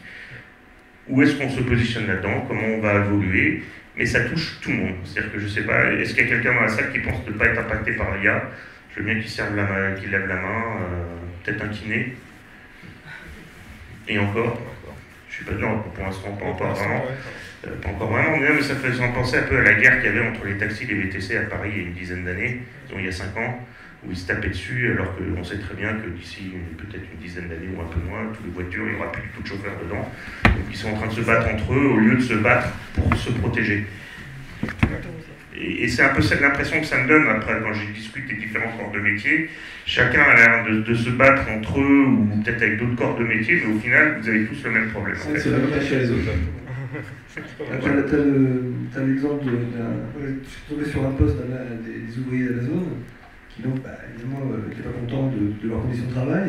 Et 2 secondes après, alors ça n'est pas l'IA, là c'est de la robotique, j'avais Boston Dynamics qui montrait son dernier robot qui faisait des saltos et qui rangeait à une vitesse incroyable tous les cartons qu'il y avait dans la pièce. Et je me disais, ah ouais, on est en train de lutter pour garder, pour avoir une petite augmentation, mais en fait dans 10 ans ou dans 20 ans, en fait il y aura un gros parc de robots qui vont ranger et un type qui va s'en occuper, et puis 2-3 mecs pour la maintenance, quoi. Et puis c'est tout. Et encore. Et encore. Et encore. Donc voilà, donc après il faut voir quelle guerre, quelle bataille pour gagner la guerre, quoi. En tout cas, il y a plein de changements. C'était pour rebondir sur ce que tu disais, juste une dernière chose, c'est qu'il y a quelques jours est sortie une étude des risques psychosociaux liés à l'IA, justement, pour le travail de manière générale, qui montre qu'en gros, ça va augmenter de manière significative les cas de burn-out. Parce qu'il va y avoir une course à la compétitivité, il va falloir être plus performant que la machine, il va y avoir une peur d'être remplacé, une angoisse du coup qui va être liée à son travail, on ne va pas vouloir y aller, il va falloir donner encore plus de soi-même, etc. Et on voit qu'il y a une possibilité d'asservissement et de risques concrets sur la santé des travailleurs par l'utilisation de l'IA et sa popularité, quoi. Et pour donner un petit, pas de meilleur du sport, mais le pendant opposé, j'ai travaillé sur la création d'une IA qui permet à des personnes qui sont atteintes de maladies mentales de pouvoir discuter avec une IA, et ça de manière sereine, calme, en évitant que la personne en face leur donne une baffe au bout de 3 minutes. Donc c'est assez... Voilà, je pars toujours que c'est un outil, attention à l'intention. Là pour l'instant c'est des intentions humaines sur des intentions humaines. Mon but c'est de gagner plus d'argent et machin, mais la personne qui est en train de dire moi ton script, je veux qu'il soit fait automatiquement avec une IA, ce qu'il ne sait pas c'est que son boulot à lui va disparaître aussi. Donc en fait il y aura plus... Je veux dire, ça va toucher réellement tout le monde. Et il n'y a pas de raison que la personne qui a voulu diminuer les prix en optimisant ne disparaisse pas lui-même, parce qu'en fait, il n'a aucune valeur ajoutée dans la chaîne. En tout cas, peut-être qu'il n'en a pas. En tout cas, on découvrira peut-être après qu'il en avait une, mais bon, en tout cas, pour l'instant, on n'en a peut-être pas. Et voilà. Et pour terminer, voilà, j'ai quand même ma fille, c'est que quand j'étais la semaine dernière avec ma fille à Venise, et puis à un moment, on discutait, et puis je lui dis... parce qu'elle fait du piano, elle chante, etc. Et elle dessine aussi des mangas. Et je lui disais, mais ce qui serait bien, c'est que tu vois avec une IA pour qu'elle te fabrique une musique, etc. Et puis tu le mets en boutique, ou même un texte, un scénario. Elle me dit, oui, mais c'est de la triche. Voilà, je termine juste sur cette phrase. Oui, mais c'est de la triche. Je le ferais bien, mais c'est de la triche. Donc voilà, je ne sais pas après si dans 2 ans elle me dira encore que c'est de la triche. Mais voilà, elle a 14 ans, donc peut-être que dans 2 ans, elle changera complètement d'avis et elle sera en train d'utiliser les outils où elle viendra te voir pour avoir des conseils sur l'écriture de scénario. Espérons. Ça serait bien. Oui, peut-être un dernier point. Il est toujours important de connaître son ennemi. Donc je vous invite quand même à aller essayer de comprendre comment marche une IA générative. Il y a 2 types d'IA génératives qui sont la génération d'images et la génération de texte. Ça n'utilise pas du tout les mêmes c'est la même technologie, mais ça n'utilise pas du tout les mêmes méthodes d'apprentissage. Je vous invite à essayer de trouver des informations. Et je vais faire la pub pour un pote. Vous allez sur le blog de Science Étonnante. Et Science Étonnante, dedans, il y a ces petites vidéos de 10 minutes, 15 minutes qui expliquent ce que c'est qu'une IA générative texte et ce que c'est que la génération d'images. Comment ça apprend, comment ça génère. Et c'est très intéressant parce que ça va vous donner tout de suite une autre dimension de ce que ça fait et ce que ça ne fait pas. Et quand on parle aussi de plagiat, je ne veux pas que mes données soient utilisées pour que l'IA apprenne. Oui, est-ce que tu es d'accord pour que je vienne lire un texte et que je le lise et que je l'apprenne? Ou bah, tu vas pas me dire non. Donc, pourquoi on le dit à l'IA? Il y a plein de questions éthiques aussi qui n'ont rien à voir avec l'explication de comment ça marche. Mais il y a plein de questions parce qu'une fois qu'une IA elle a appris, elle n'a plus besoin du texte. Moi, je fais des IA qui vont d'une bibliothèque à une bibliothèque, qui vont apprendre sur chacun des bibliothèques. Après, j'ai plus besoin des bibliothèques, l'IA a appris. Il faut bien comprendre comment ça marche. Parce que sinon, vous n'allez pas forcément avoir une idée très claire de comment ça va vous impacter. Et quand on parle de... Je vois Christelle au fond. Quand on parle de droit, etc., il faut bien comprendre qu'est-ce qui est derrière, comment ça fonctionne sur cette notion de risque de plagiat ou autre. Il nous reste un petit peu de temps si vous avez des questions dans le public, justement. Ouais. Il y a un micro Il y a un micro qui est en train d'arriver grâce à une IA physique. C'est notre nouveau droïde. J'aurais deux questions. La première, c'est est-ce qu'il y a une raison technique ou algorithmique pour dire qu'il va y avoir une uniformisation des scénarios, ou en tout cas des produits qui vont être faits? Parce que moi, comme ça, je me dis pas que ça va être forcément uniformisé. Je me dis plutôt que ça va permettre d'avoir une plus grosse offre et donc d'avoir une offre dans des domaines où il y en aurait moins et d'avoir plus de produits culturels différents. On répond une question par une question ou... Oui, allez-y. Je vais déjà répondre à celle-là, parce qu'après on risque de la perdre. Donc, est-ce qu'il y a une raison algorithmique que ce ne soit pas créatif? Non, il n'y a aucune raison algorithmique. C'est juste la médiocrité de la personne qui l'utilise. Okay.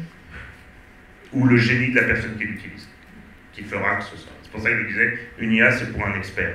C'est pas pour... voilà, si moi, je ne sais pas écrire le scénario, je l'utilise, le scénario sera probablement médiocre, même si je le trouverais certainement génial. Je n'ai pas les moyens, moi-même, d'évaluer la production de l'IA, si je ne suis pas un expert du domaine. Voilà, je ne sais pas s'il y a d'autres vos réponses. Ma deuxième question, c'était sur le modèle économique, parce que pour l'instant, vous dites que c'est gratuit, mais OpenAI perd énormément d'argent tous les mois. Donc, ils font un pari sur l'avenir, mais pour l'instant, on ne sait pas trop ce que ça va donner. Est-ce que vous avez une idée de ce que coûterait un scénario, un abonnement, et si ce serait peut-être pas plus cher de recourir à une IA plutôt qu'à des auteurs humains qui demanderont moins? Je vais répondre à cette question aussi. Je ne connais pas le tarif des humains. Tout ce que je peux dire, c'est qu'aujourd'hui, effectivement, OpenAI perd beaucoup d'argent. La cible d'OpenAI n'est absolument pas les auteurs de scénarios. Ça va être plutôt Pfizer, ça va être Microsoft, c'est là où ils veulent chercher de l'argent. Donc déjà c'est le premier point, et c'est eux qui payent d'ailleurs, la plupart du temps, pour avoir des abonnements gratuits ou quasi gratuits, vu que c'est 20 € par mois je crois, ChatGPT, si vous voulez avoir l'abonnement en pro, donc pour les dernières versions des modèles, etc. Donc le coût qui est derrière est très difficile à estimer. Parce que là, quand vous dites que c'est gratuit pour l'instant, mais sur quelque chose qui ne va pas durer dans le temps. Donc on ne peut pas se dire que ce sera gratuit. Il y a des modèles open source. Je peux faire tourner sur mon Mac un modèle IA générative et générer du texte, c'est ce que je vais lui proposer. Il le fait tourner en local et ça ne sort même pas de chez soi. Et alors c'est pas le dernier modèle le plus à la mode, mais en ce moment il y a une guerre. Il faut bien être conscient qu'il y a une guerre entre tous ces producteurs d'IA. Il y a une guerre entre Meta, Google, Facebook, Apple, Microsoft, les Chinois, toutes les sociétés qui fabriquent des IA. Ce qu'il faut voir, c'est qu'aujourd'hui, il y a une dizaine de sociétés qui fabriquent des IA sur Terre. On ne parle pas de quelque chose qui est fait au coin de la rue. Quand il faut 10 000 GPU qui tombent 24 heures sur 24 pendant 3 ans, c'est pas moi qui vais le faire tourner comme ça, sans qu'il y ait de l'argent. Donc ça coûte très cher à produire. Maintenant, dans la réalisation, dans l'utilisation, eux, leur but, c'est d'avoir 1 milliard de personnes qui l'utilisent tous les jours, avec 20 € d'abonnement. Donc ça fait 20 milliards par mois qui tombent. C'est ça leur but, c'est un effet de masse. Donc derrière ça. Alors maintenant, je vais vous donner une autre information qui n'a rien à voir avec le sujet d'aujourd'hui, mais qui est relativement parlant. Générer une image avec n'importe quel outil de génération d'image, c'est rouler 26 mètres avec une voiture à essence. J'allais y venir. 33 cm quand c'est un prompt, pour faire du génération de texte. Ça vous donne une idée de, vous pouvez, quand vous générez 50 images, et bah tiens, j'ai fait 500 mètres en voiture. Voilà, ça va vous donner une idée. Je vais aller venir parce qu'il y a le coût économique, mais surtout le coût écologique. Et ça, on en parle peu, et pas pour rien, parce qu'en fait, il est monstrueux. Il est monstrueux. Et en plus, enfin, si on suit un peu l'actualité de l'IA, les grands groupes d'IA, ils sont en train d'investir dans le nucléaire. Pourquoi? Pour créer des réacteurs, pour alimenter leurs serveurs, tellement ça prend d'électricité, en fait. Et comme ils veulent se développer, il va falloir encore plus de moyens, encore plus de serveurs, encore plus de... Et tout ça, je crois que j'avais vu un chiffre comme quoi ça allait représenter 3% des émissions à effet de serre à l'heure actuelle, dans l'état actuel des IA, hein. Donc imaginez après. Aujourd'hui, l'informatique coûte à peu près, sur les émissions à effet de serre, c'est à peu près 1,6%. Donc si on veut faire des économies sur ce côté-là, il y a d'autres économies à faire avant la partie numérique. 1,6%, voilà, je pense que toutes nos voitures qu'on utilise en France ou dans le monde doivent consommer beaucoup plus d'émissions. C'est pas, voilà. Mais si on revient, effectivement, la croissance, peut-être que ça tiendra à 3% d'ici quelques années, mais voilà, les économies sont peut-être pas complètement là à faire, en partie. Parce qu'après, il faut compter ce que ça fait économiser. C'est-à-dire que quand on fait un chat entre nous tous, Benazoir, Paris, etc., si chacun avait pris un avion, peut-être que le bilan ne serait pas le même. Donc c'est très très difficile d'avoir un avis éclairé sur le sujet sans tomber dans des poncifs. Attention à ce sujet-là. Mais c'est intéressant de le dire. 26 mètres, une image générée, 33 cm pour un prompt sur du texte. Ça, moi, c'est le mérite d'être clair. Maintenant, à chaque fois que vous allez rouler avec une voiture, vous allez dire, tiens, j'aurais pu faire 10 images ou 100 images. Est-ce qu'il y a d'autres questions? Ouais. Dans votre propos liminaire, tout à l'heure, vous parliez de l'intention. Et vous disiez qu'il n'y avait pas d'intention aujourd'hui pour l'IA. J'ai effectivement entendu par ailleurs la dimension créative humaine. Si on se projette, à votre avis, on est quand dans le stade de l'intention? Et donc, si on le débat intention, création humaine, à vous écouter, c'est pas le cas encore aujourd'hui. C'est le cas d'ici combien de temps? Alors, j'ai aucune idée de la réponse. Ce qui est dit sur le sujet, si on prend Google, en fait les patrons de Google sont des adeptes du transhumanisme et leur seul objectif c'est de devenir immortel. Donc à partir du moment où ils font immortel, ils ont deux manières de le devenir, c'est soit ils arrivent à continuer de faire vivre leurs enveloppes corporelles biologiques, soit ils arrivent à se transférer dans le silicone. Non, c'est pas cône, dans le silicone, donc in silico en anglais. Pour se transférer dans le in silico, ça sous-entend qu'il faudra avoir des IA qui soient suffisamment, en tout cas une structuration d'IA qui soit suffisamment performante pour que l'intention persiste. Eux, ils disaient il y a 10 ans que ce serait dans 30 ou 40 ans. Donc on a passé 10 ans, et là ils annoncent que ce sera dans 10 ans. Donc ils vont plus vite que leurs prédictions. Maintenant, est-ce qu'ils ont raison dans leurs prédictions? Nul ne le sait. J'y crois pas particulièrement, mais en tout cas, je pense qu'ici, on le verra tous. Est-ce qu'on en sera conscient? Ça, c'est encore une autre question, mais on le verra tous. Donc l'intention n'est pas dans un but d'industrialisation. C'est-à-dire que ChatGPT n'est très intéressant pour l'industrialisation, n'est absolument pas intéressant pour transférer son intelligence dedans. Donc on en est très loin. Et 99% des entreprises sur Terre, à part les quelques transhumanistes dont je viens de parler, n'ont absolument aucun intérêt à ce que les IA aient des intentions. Et les militaires encore moins que les autres. Je rappelle, l'objectif c'est le contrôle et encore le contrôle. Donc l'idée que les militaires veulent par exemple avoir des robots intelligents qui soient à la Terminator, qui soient capables de prendre leurs propres décisions, non, ça n'existera pas.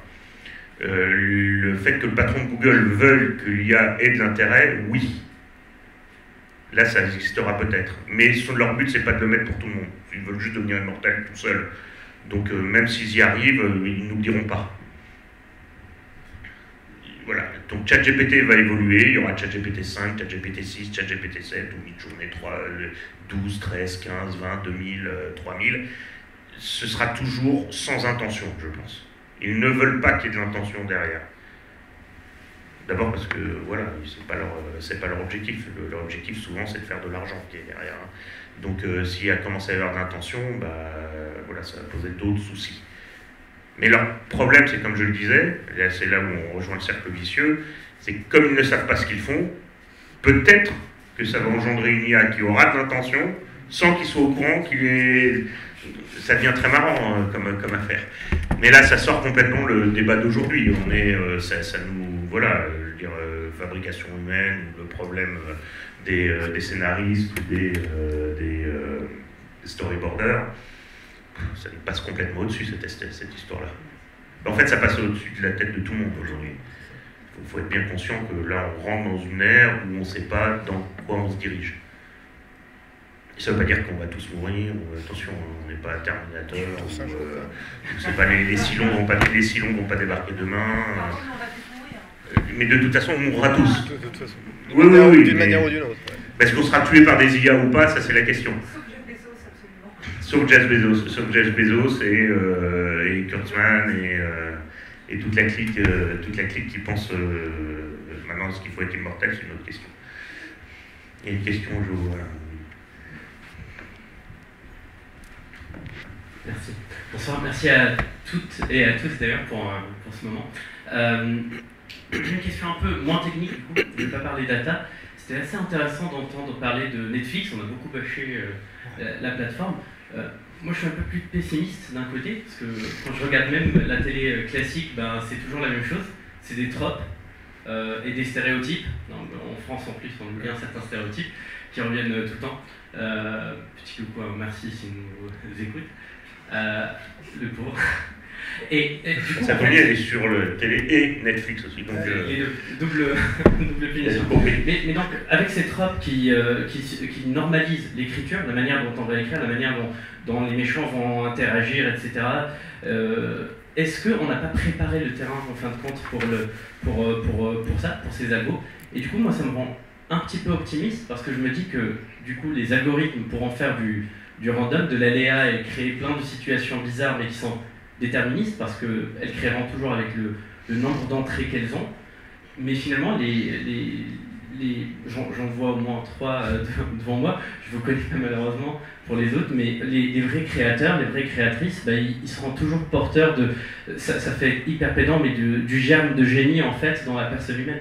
Et ça, peut-être la machine, à part la science-fiction, rien ne nous dit qu'elle va l'avoir demain. La question c'est qui va vouloir de ça? C'est ça la question. Parce qu'en fait, en gros, tu parles, faut que tu aies un récepteur pour pouvoir faut que ça interagisse. Si d'un seul coup les gens qui commandent, entre guillemets, qui font les commandes, cette petite étincelle de génie, elle les intéresse pas beaucoup, et puis au contraire, ça va peut-être un peu les freiner, même, ça ne fera pas assez de chiffres, elles ne vont pas aller dans ce sens-là, même si dans l'idée c'est chouette. Oui. Encore une fois, c'est toujours, comme tu disais tout à l'heure, c'est toujours une question d'argent à un moment donné. Si la folie et la taritude, on va dire, était la norme, ce serait là-dedans qu'on irait tous, quoi. Mais c'est pas ça le cas, c'est pas le cas en tout cas. Pour rebondir, c'est vrai qu'il ne faut pas oublier que c'est une industrie, mais c'est aussi un art. C'est ça qui peut sauver la chose. Mais en fait, le véritable pouvoir, c'est pas nous en tant que créateurs qui l'avons, c'est vous, le public, qui l'avez. Parce qu'en fait, c'est pas sur quoi? Sur vos usages. Donc si un jour, le truc que vous trouvez que c'est un trope qui passe sur TF1, que vous en avez ras-le-bol et que vous ne le regardez pas, ils vont plus le faire parce que c'est pas rentable. Et c'est pour ça qu'en fait, l'éducation est hyper importante, mais aussi l'usage. Le public n'a pas envie que ça se passe, il faut qu'il modifie son usage. Alors, petite échelle, on se dit, ça fait pas grand-chose, mais cumulé. Je voudrais juste rajouter un point sur ce sujet-là, qui est quand même très intéressant, parce qu'on a parlé d'IA générative, mais on n'a parlé que d'un seul type d'IA. Ce qu'il faut bien être conscient, c'est qu'aujourd'hui, chacun d'entre vous, Google vous connaît mieux que vous vous connaissez. Donc il saura anticiper le fait que le drop, vous en avez marre.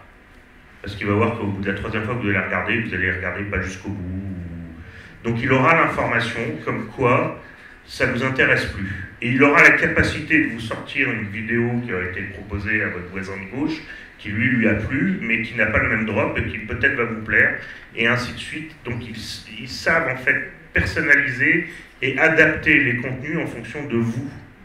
C'est fini l'époque où c'était pas possible de le faire, maintenant ils savent le faire. C'est-à-dire que plus vous leur donnez d'informations sur Facebook, WhatsApp, TikTok, tous les réseaux sociaux, et même avec votre comportement, même sans en utiliser, le fait que vous n'en utilisiez pas est aussi une information sur votre propre comportement.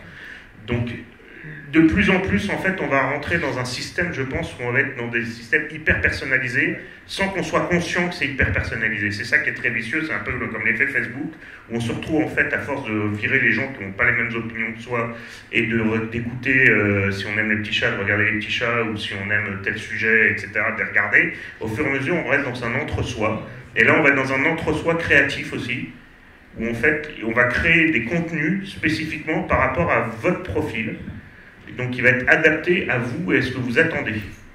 C'est-à-dire que peut-être qu'un jour, il n'y aura plus du tout de films qui vont sortir dans les... Chacun aura sa propre histoire, et en allant plus loin, ça fait penser un peu à Face au feu du soleil d'Isaac Asimov, on va être tout seul, un peu comme dans la Matrice, tout seul dans son univers virtuel, sans en avoir même conscience qu'on est rentré dedans.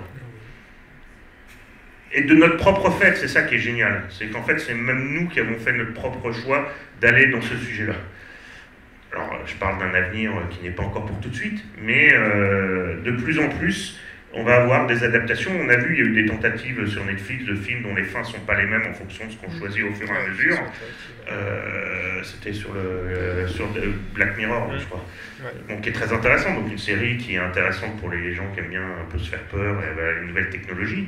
Mais beaucoup des technologies qu'on voit dedans, d'ailleurs, existent déjà. Hein. Mais voilà, en avançant, je pense que de plus en plus, on va avoir une personnalisation de la consommation de la culture qui fait qu'on va avoir de plus en plus ce genre de choses.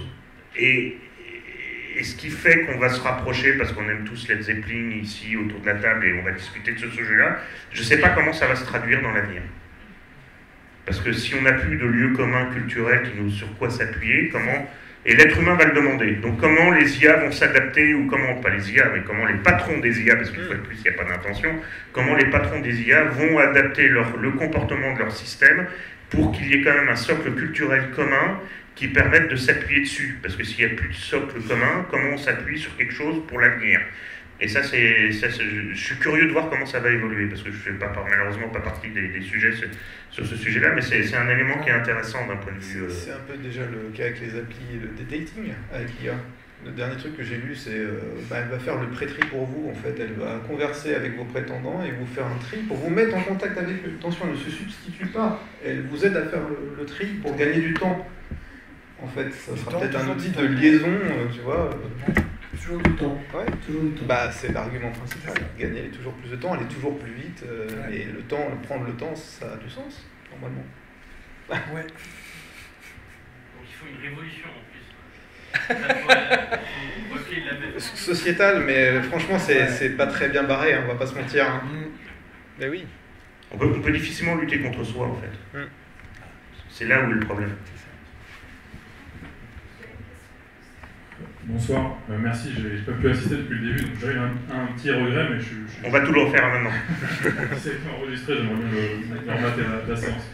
Merci beaucoup, en fait, moi c'était plus partager un sentiment qui en fait, paradoxalement, plus l'IA se développe, en tant qu'auteur, je pense que je sais pas si quelqu'un d'autre le ressent, je suis un peu comme le camarade, plus je ressens ma singularité en tant qu'auteur, en fait. C'est ça qui est paradoxal, c'est qu'en fait je suis presque content que l'IA se développe, parce qu'en fait je retrouve ce que c'est, en fait, finalement, ce que c'est que d'être auteur, ce que c'est que d'avoir eu un vécu, d'avoir eu des souffrances, d'avoir eu des sentiments, Et c'est ça que je ressens fondamentalement. Et je pense que, j'essaie de finir un peu sur une note d'optimisme, que l'être humain, il se rattache à ça, en fait. C'est-à-dire qu'il se rattache à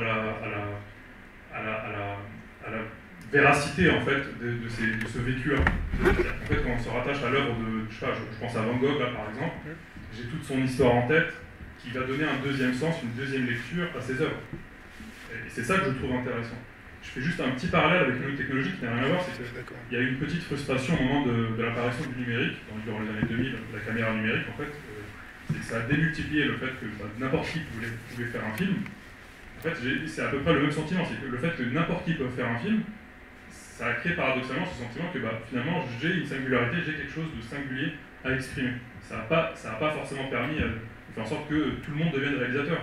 Ça a donné la possibilité, ça a démultiplié les possibilités, mais finalement, on n'a pas eu 50 000 Steven Spielberg, on n'a pas eu 50 000 George Lucas, etc., ou Stanley Kubrick. Si je peux juste me permettre, la révolution de l'IA, pour moi, ne permet pas, ça c'est souvent les arguments sur ce qui s'est passé avant, va permettre d'éclairer ce qui arrive maintenant. Moi, j'y crois pas du tout. Je pense qu'effectivement, tu as raison je me permets de te tutoyer, tu as raison de dire qu'il y a une espèce de démocratisation de la caméra à l'époque. Moi, je l'ai vécu aussi, et ça ne faisait pas des gens, nécessairement des auteurs de films. Sauf que là, la situation est différente, parce que sur tous les créneaux culturels et pour tout le reste de la société, on tend vers une automatisation des tâches, sans parler de l'arrivée des robots. On va beaucoup du parc d'emploi va être décimé. Donc en fait, la question de savoir, tout le monde a accès aux caméras, mais ça marche plus avec l'IA. C'est plus.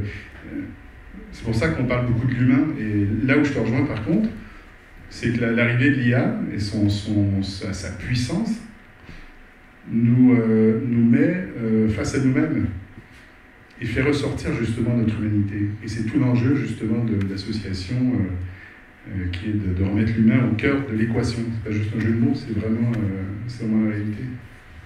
Moi, je trouve que l'exemple de Van Gogh est très parlant, parce que ce qui m'attriste, c'est de voir le nombre d'artistes qui sont reconnus à titre posthume et qui meurent dans la misère, parce que toute leur vie, ils ont créé, mais qu'en fait, c'était pas regardé.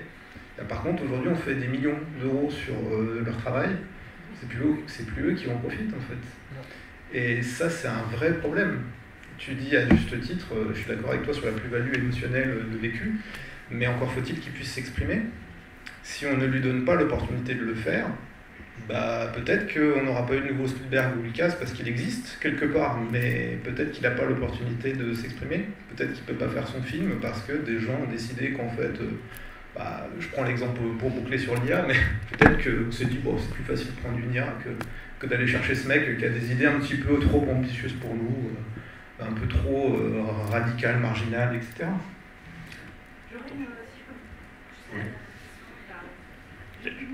Faut qu'elle soit bonne. Non, mais je veux juste terminer sur le sujet. Ça reste quand même des problèmes humains. On a toujours dit, parce qu'il y a ça d'un seul coup, parce qu'il y a une nouvelle contrainte, du coup, le nouveau Spielberg ne va pas ressortir. Ou pas. Le Spielberg, il arrive toujours à trouver son chemin. Le Spielberg, au sens avec un S majuscule.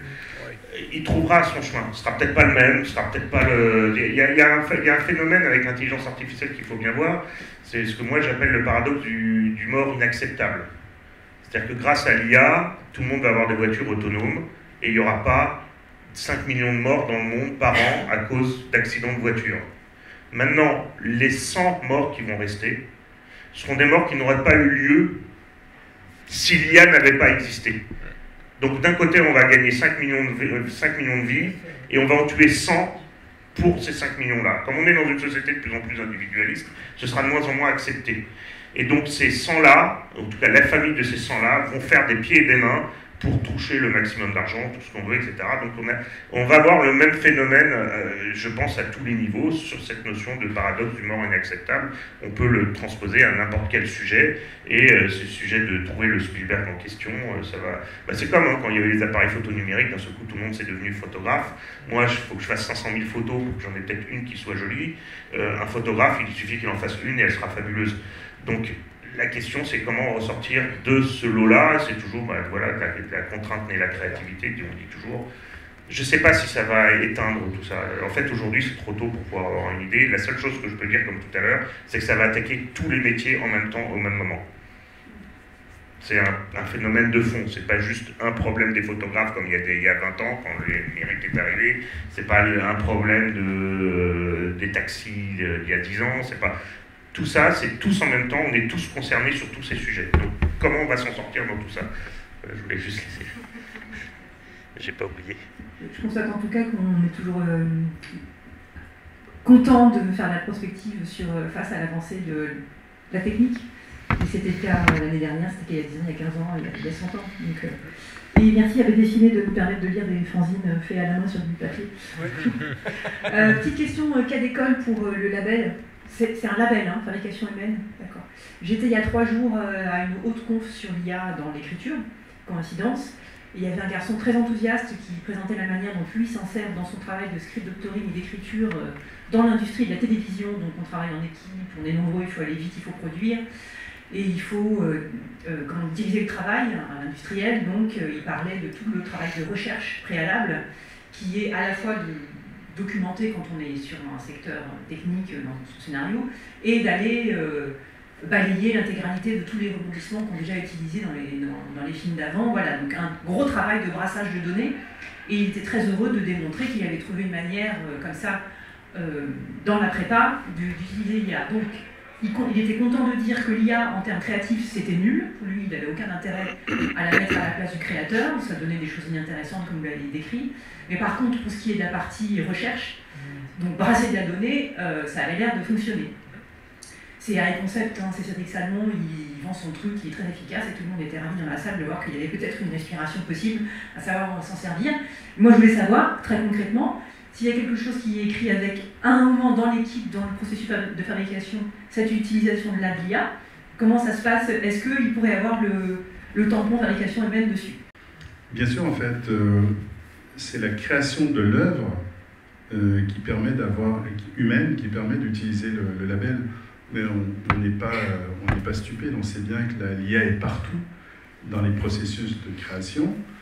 Donc, à titre d'outil ponctuel, technique, oui, on peut s'en servir et c'est super pratique pour faire ce type de recherche. C'est génial parce que ça va très vite et ça nous donne des statistiques et puis on peut avancer dans le travail de création et c'est très bien. Et alors juste pour conclure pour cet épisode de l'autre soir, il y avait une dame qui a pris le micro juste après pour dire que, et on va replomber l'ambiance, mais voilà, que malheureusement, enfin que ces postes-là de recherche dans les poules d'auteurs, si j'ai bien compris, c'est souvent des jeunes gens, des stagiaires qui accomplissent ce travail-là.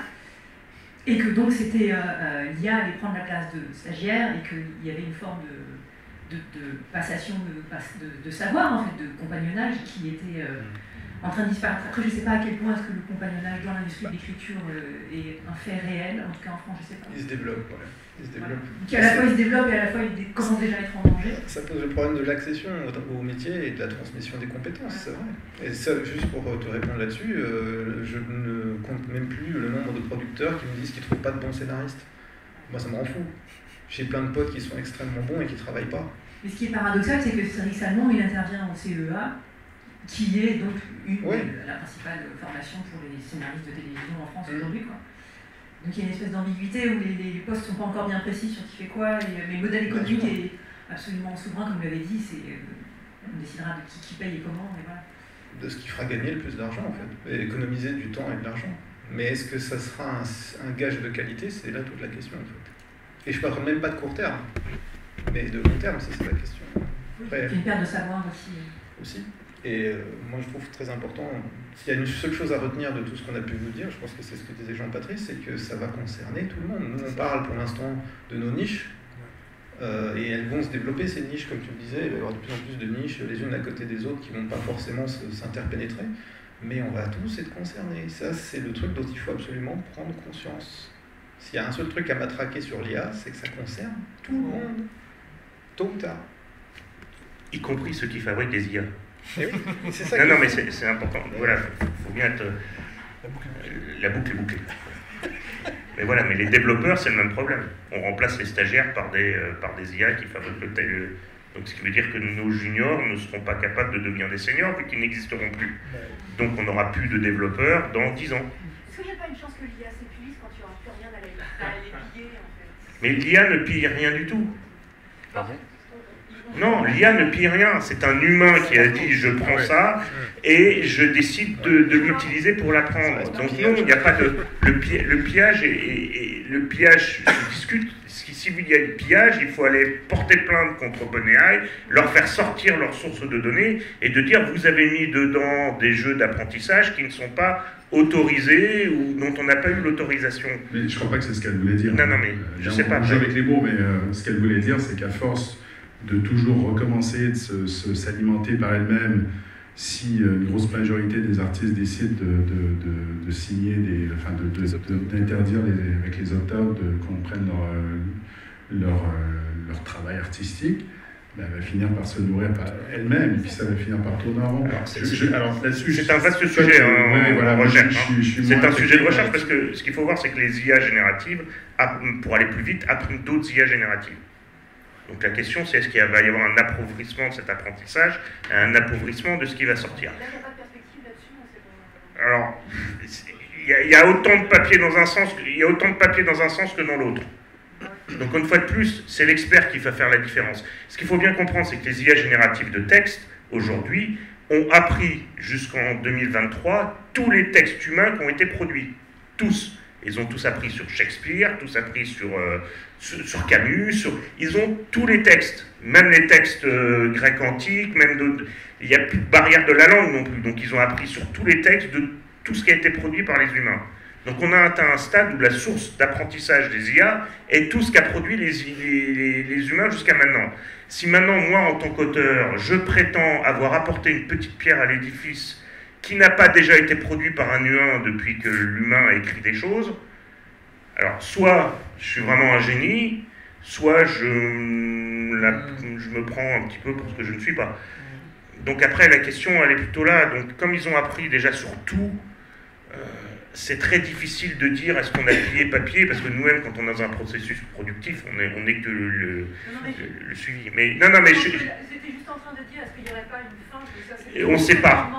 On ne sait pas. On espère. On ne sait pas. Peut-être si ce qui est produit par l'IA est remis dans l'apprentissage de l'IA lui-même. Peut-être, mais voilà. Mais je pense que ça ne marchera pas. Vous pourrez pas hacker l'IA de cette façon. Il y a d'autres méthodes plus efficaces.